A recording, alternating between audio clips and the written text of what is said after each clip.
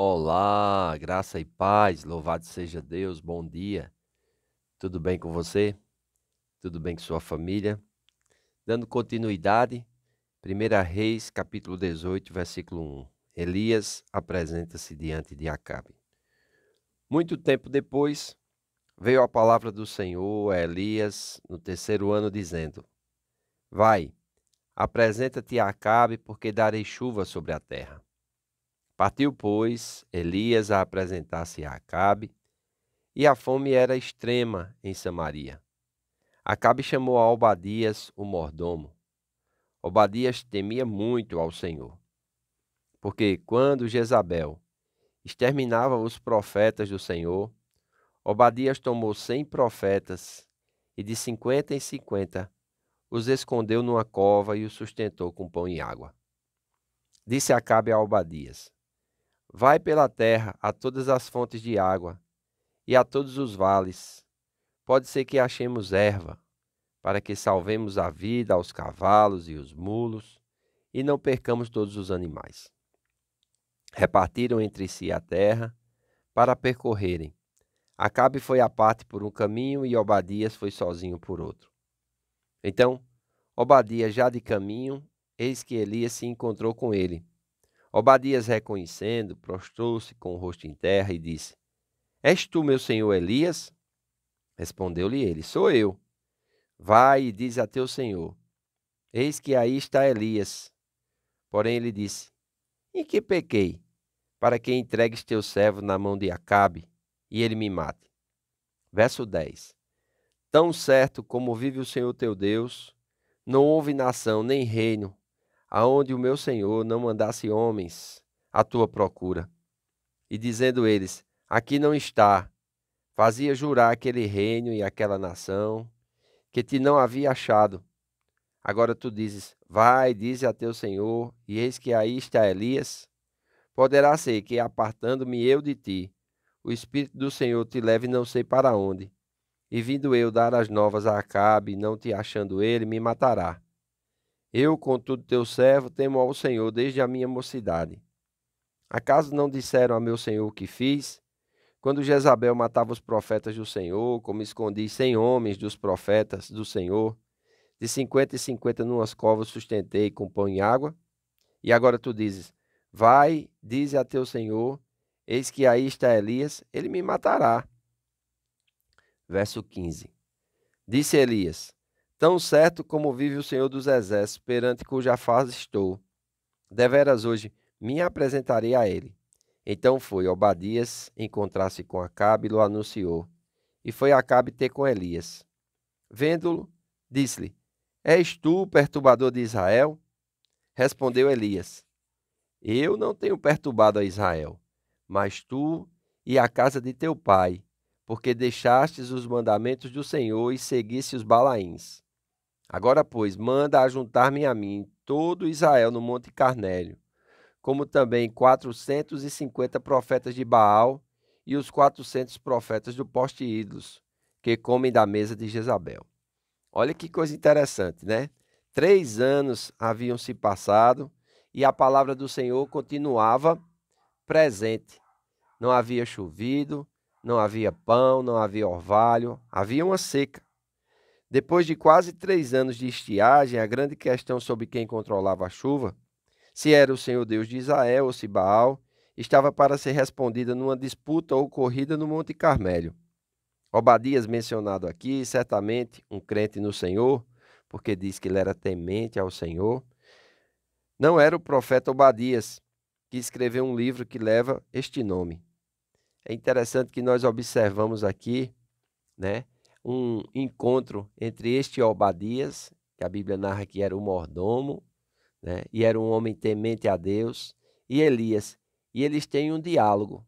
E é interessante como nós vamos ver nesse diálogo as coisas que haviam acontecido. Acabe tinha mandado procurar Elias em vários reinos e Elias verdadeiramente tinha sido guiado por Deus. Primeiro para ir àquele riacho de Querite, depois para ir a Sarepta e ser sustentado por uma viúva. Era um lugar onde Acabe jamais iria pensar que ele estaria, né? Porque vai mandar ele diante de outros reinos, pensando que ele estaria servindo a outros reis. Então nós vemos aqui a importância do profeta naquela época, né? Era um homem verdadeiramente importante, era um homem que suas palavras tinham um peso muito forte, né? E os reis se faziam comunhão com esses homens para ter também direção. Porém, quando esses homens de Deus confrontavam os reis, é impressionante como eles eram perseguidos, né? Às vezes até mortos. Então veja aqui que Jezabel mandou matar vários profetas do Senhor. E esse Obadias aqui, ele os protegeu porque temia ao Senhor. Pelo menos 100 dos profetas. Então nós vemos que o ministério profético era muito atuante, além de ter, vamos dizer assim, uma quantidade enorme de profetas, Deus estava operando na terra através dos seus profetas, trazendo a sua mensagem, mas a verdade é que muitos poderosos não gostavam dessas mensagens. Eles desejavam era que o povo fosse enganado mesmo. Ele queria era que o povo não seguisse a palavra do Senhor, mas seguisse aquilo que lhe era conveniente. Então, eles falavam coisas, né, e levantavam falsos profetas que falavam coisas que não eram verdade. Porém, quando um profeta do Senhor se levantava, no caso de Elias aqui, ele era temido. Nós vamos ver aqui que Obadias, ele vai se prostrar com o rosto em terra quando vê Elias no verso 7. Depois ele vai ter uma enorme resistência e medo de voltar a Acabe. Ele tinha o favor de Acabe, mas dizer que ele havia encontrado Elias e Elias iria se apresentar a Acabe.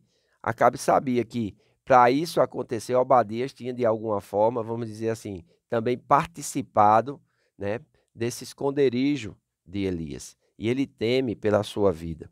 Mas Elias vai dizer aqui no verso 15: tão certo como vive o Senhor, Deus dos exércitos, perante cuja face estou, deveras hoje me apresentarei a Acabe. Por que ele ia se apresentar a Acabe? Porque Deus tinha mandado. E quando Deus manda, Deus se responsabiliza. Quando Deus manda, Deus protege. Quando Deus manda, Deus vai adiante, dando favor, amém? Dando sabedoria.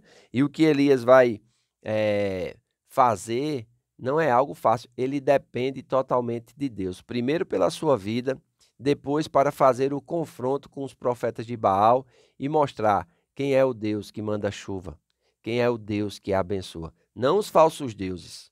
Os falsos deuses, eles enganam. O Deus verdadeiro, o Deus de Israel, é esse quem abençoa, é esse quem manda chuva, é esse quem provê. E nós precisamos ter isso diante de nós.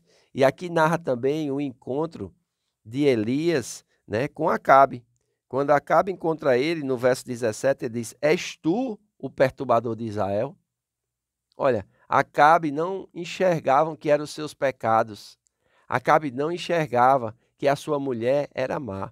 Ele apenas via o homem de Deus como alguém mau, como alguém que perturbava Israel, porque não se submetia a ele. E não se submetia com razão. Ele era um adorador de Baal. Ele tinha abandonado Deus vivo.